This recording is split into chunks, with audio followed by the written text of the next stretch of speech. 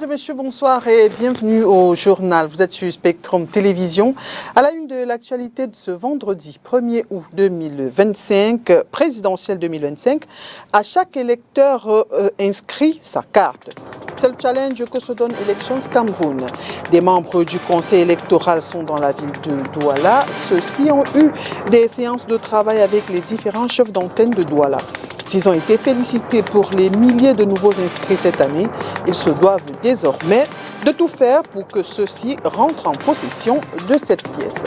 Toujours dans le cadre de la présidentielle du 12 octobre 2025, le Social Democratic Front demande la relocalisation d'un millier de bureaux de vote.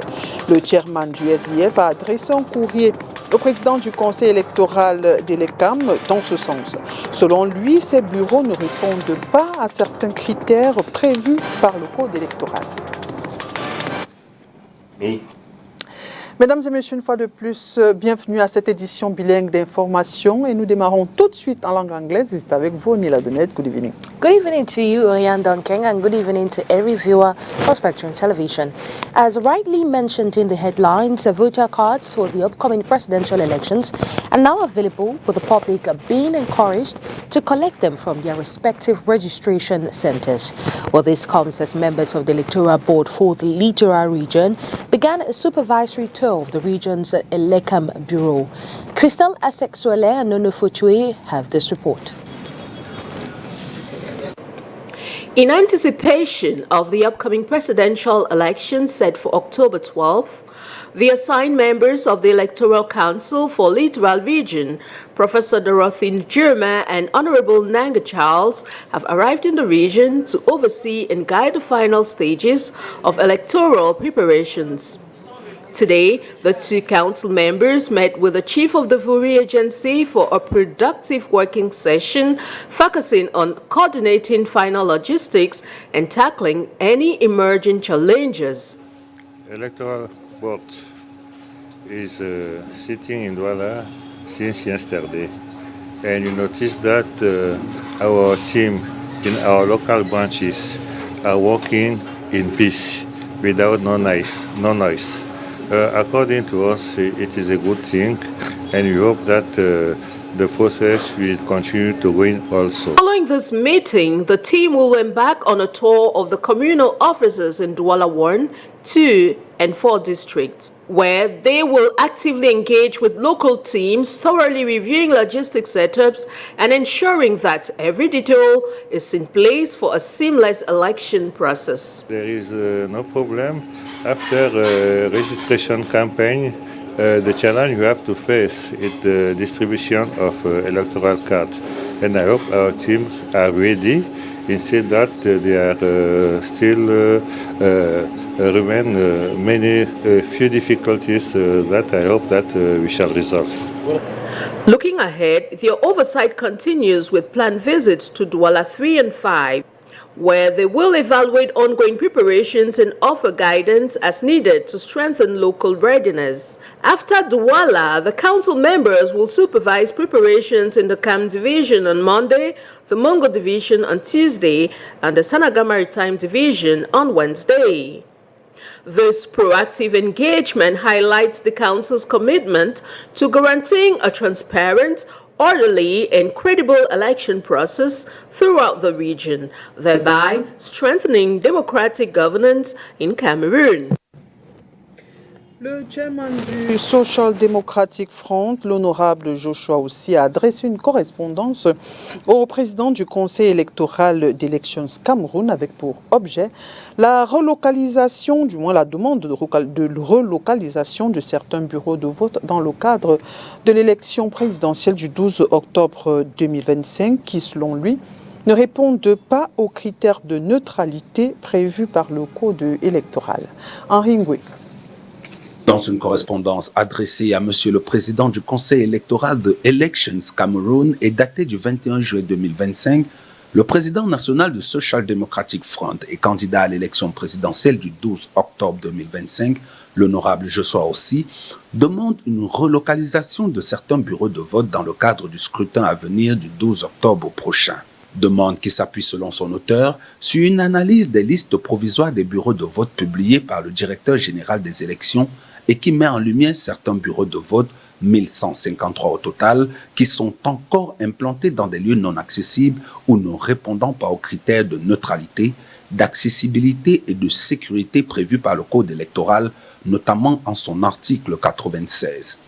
L'article cité stipule en son alinéa 4 que tout bureau de vote doit se situer dans un lieu public ou ouvert au public, ce qui ne semble pas être le cas d'après les éléments relevés par le chairman du Front social-démocrate qui précise que 12 bureaux de vote seraient officiellement localisés dans des casernes militaires, ce qui remet en cause leur caractère accessible à tous et même sécuritaire, étant donné qu'il s'agit des bâtiments ou complexes conçus pour loger et héberger les militaires, leur servant de lieu de vie, d'entraînement et de rassemblement des forces armées, ce qui implique la présence des armes à proximité et même des personnes armées. 5 bureaux de vote seraient logés au sein des états-majors de l'armée, y compris au sein de la présidence de la République, considéré par l'honorable Joshua aussi comme le siège de campagne du candidat RDPC si on s'en tient aux rencontres stratégiques qui y sont menées depuis quelque temps par le ministre d'État, secrétaire général à la présidence de la République sous hautes instructions du chef de l'État.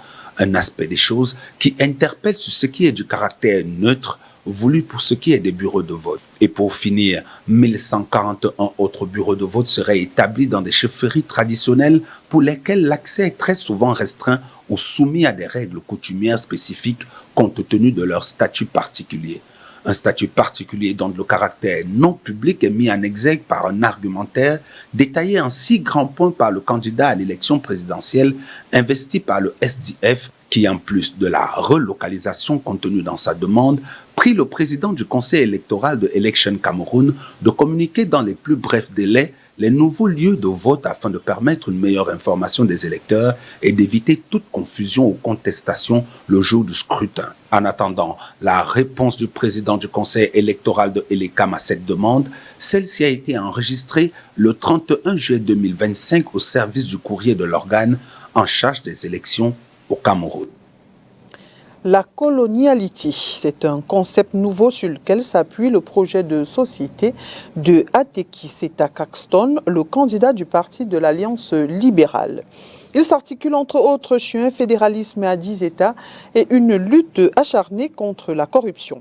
Une conférence de presse de présentation est donnée ce jour à Yaoundé. Compte rendu Inès Panga. La colonialité, un concept nouveau sur lequel s'appuie le projet de société du candidat du parti de l'Alliance libérale, le PAL. Elle veut marquer une nette séparation et un éloignement des ombres du colonialisme. Qui centre l'initiative locale comme nouvelle norme de référence en matière de développement. La colonialité désigne un état d'indifférence face aux structures et idéologies coloniales et postcoloniales. Elle imagine un monde où les systèmes coloniaux sont devenus obsolètes dans l'orientation du développement des peuples anciennement dominés. Le modèle nouveau s'articule entre autres autour d'un fédéralisme à 10 États, d'un investissement massif sur l'industrie, l'agriculture et les infrastructures, d'une application rigoureuse de l'article 66 sur la déclaration des biens des gestionnaires de la chose publique et la tenue d'un dialogue inclusif, vérité, réconciliation et la démilitarisation progressive des zones en conflit. Le programme porté par le PAL veut concilier la population, l'opposition camerounaise et marquer ainsi la transition générationnelle. Et cet ordre nouveau ne peut se mettre en place que si ceux que nous appelons l'opposition parlent d'une même voix, s'alignent derrière un candidat consensuel. Lequel candidat consensuel doit avoir un certain profil, c'est-à-dire être de la jeune génération et surtout être de l'autre composante de la nation camerounaise qui a été si longtemps négligée. Ce 1er août 2025 à Yaoundé est donnée une conférence de presse du parti de l'Alliance libérale.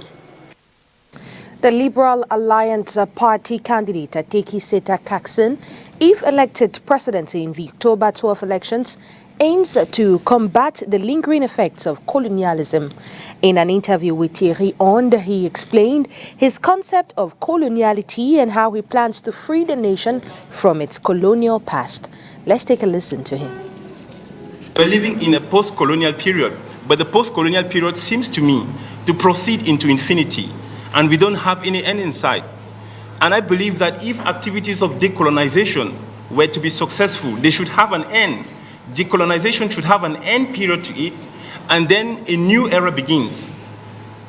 If we don't have a successful decolonization process, then we will just be in a very, in a merry-go-round system that doesn't end. And I think for us, that is not how we want to define our existence. And so today I say a coloniality is here. A planetary Africanity is emerging.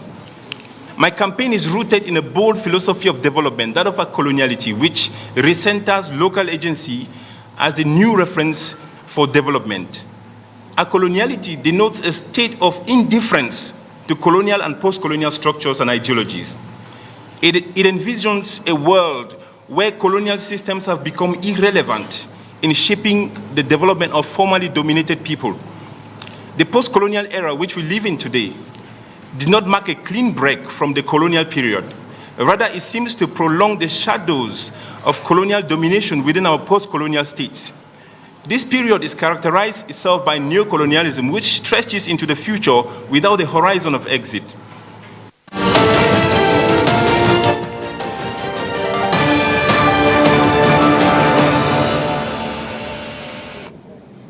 Coopération, le haut-commissaire de Grande-Bretagne, Matt Woods, a été reçu en audience par le ministre de l'Économie, de la Planification et de l'Aménagement du territoire.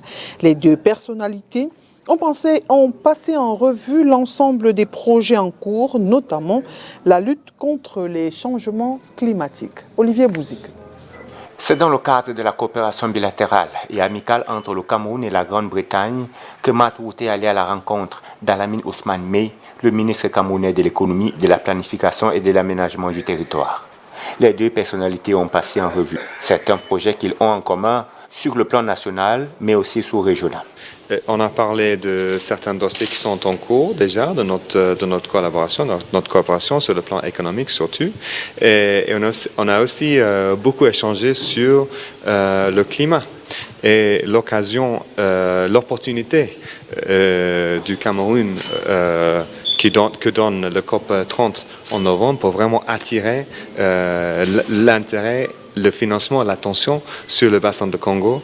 C'est quelque chose qu'on collabore étroitement avec. C'est sur ce sujet, à ce sujet-là, on collabore étroitement avec le Cameroun pour vraiment attirer cette attention vers le Cameroun et le bassin de Congo. Alors on a échangé sur comment est-ce qu'on pourrait faire ça.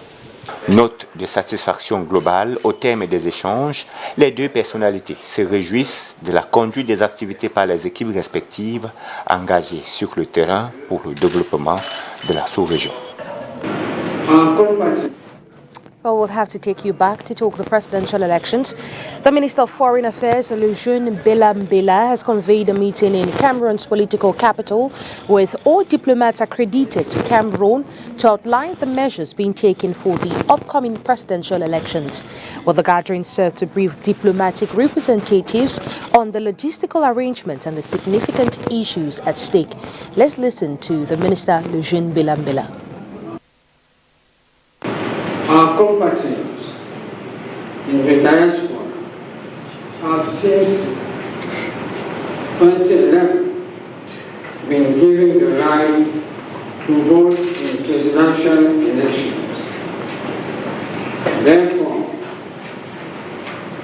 the upcoming October election will be the third occasion when, with the support of our diplomatic missions and consular posts abroad and in your country, a body established with your support should be organizing yet again and in a credible manner elections, both at home and abroad. I am delighted to note that the process of voter registration and its revision was conducted satisfactorily. Both 10 regions and in the countries covered by our diplomatic network, which culminated in the convening of the electorate by the head of state, as I said earlier, on July 11, 2025. Bureau of the Cameroon Association of English-Speaking Journalists Douala chapter has paid a courtesy visit to the governor of the Littoral region on Wednesday, July 30, 2025. The delegation, led by the chapter president, Maureen D., was received by the governor's representative, the Secretary General, Haman Chioto. Well, during the meeting, President Maureen highlighted the difficulties journalists face in accessing information, as well as concerns regarding their safety during the current electoral period. Let's take a listen to her.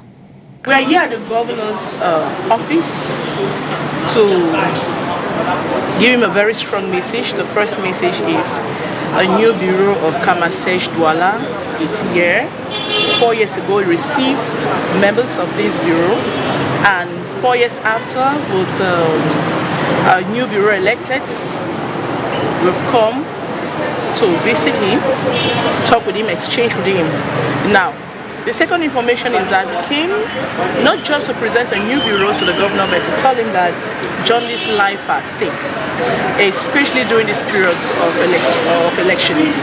We've come to tell him that access to information is a very big problem to journalists, especially during this time, a crucial period for election. We have the post-electoral period, and we've also come to tell him that journalists need protection at this point in time, because we don't know what is going to be happening in the next months to come, because we are in electoral period.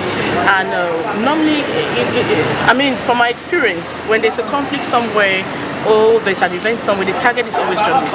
The target is always journalists. And even sometimes, most often, security officers confronts the population and the journalists. And so what we need at this point in time is the safety of journalists. We need the protection of journalists. And there's no other person that we can tell this message to. It's the governor of the Littoral region that the message has to go to. A little bit positive. I'm a little bit positive because I think the best way to do this is to come closer to a source. And I think even administrative officers are a source to journalists.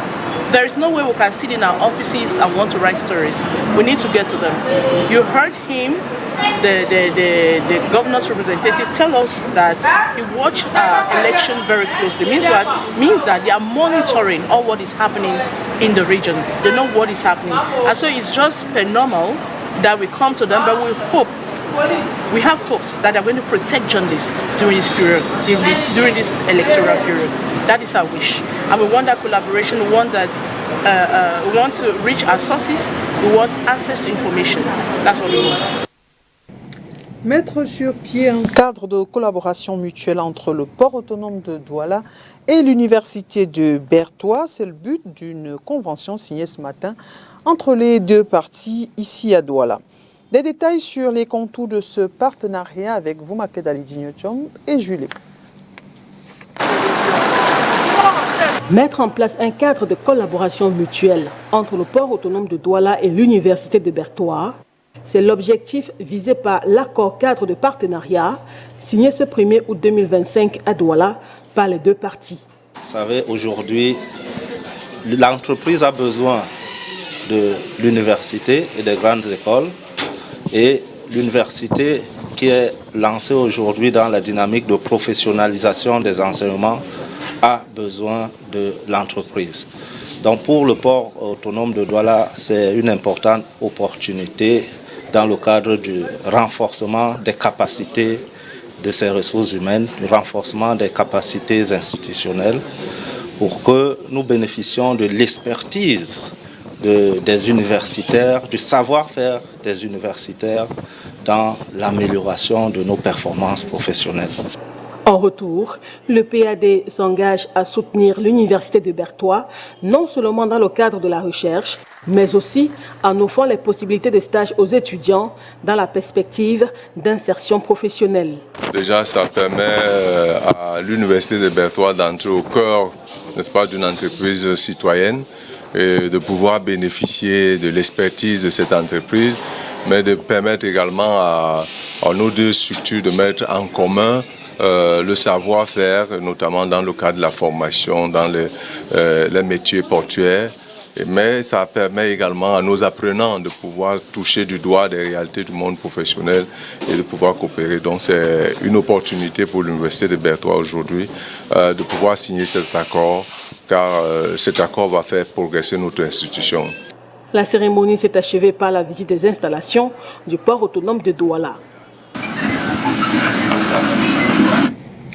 Enseignement supérieur, mention excellent à l'ingénieure Charlotte Agnès Téné Ekokandoumbe. Celle-ci vient de soutenir avec brio son diplôme d'ingénieur génie électrique et système intelligent de l'École nationale supérieure polytechnique de Douala.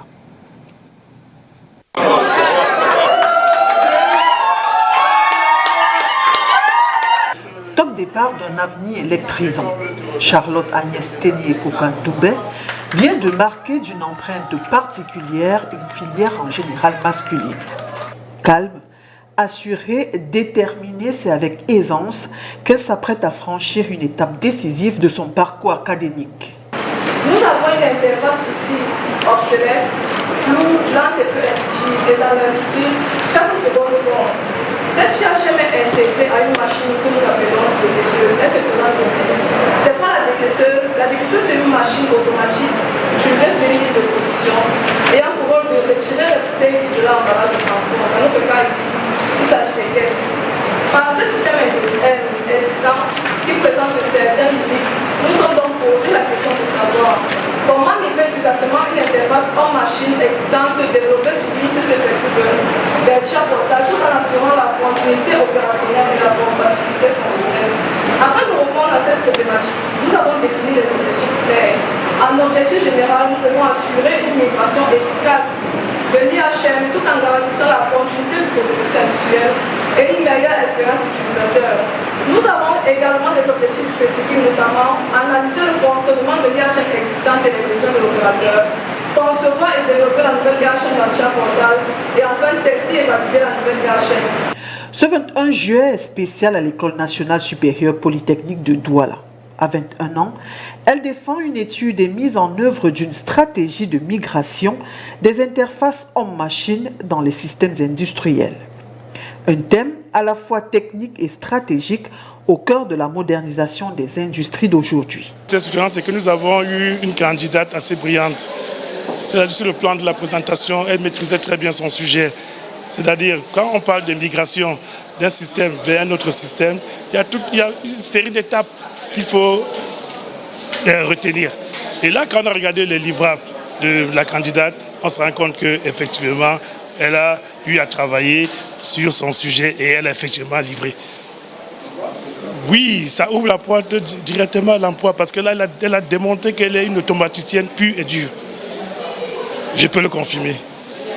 Aujourd'hui, elle est capable d'être ingénieure dans une entreprise, ingénieure automaticienne, ingénieure génie électrique. Elle est capable, elle en a les capacités.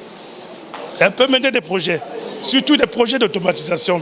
Au vu de ce que nous avons vu, je vous assure, elle est capable d'être ingénieure pleine dans une entreprise de production.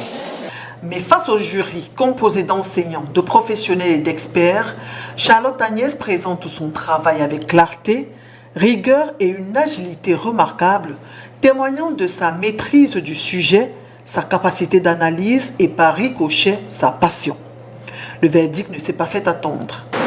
Au vu donc de tout cela et à l'unanimité, le jury décide ce jour de décerner le précieux titre d'ingénieur de l'École nationale supérieure polytechnique de Douala et a attribué la mention excellente.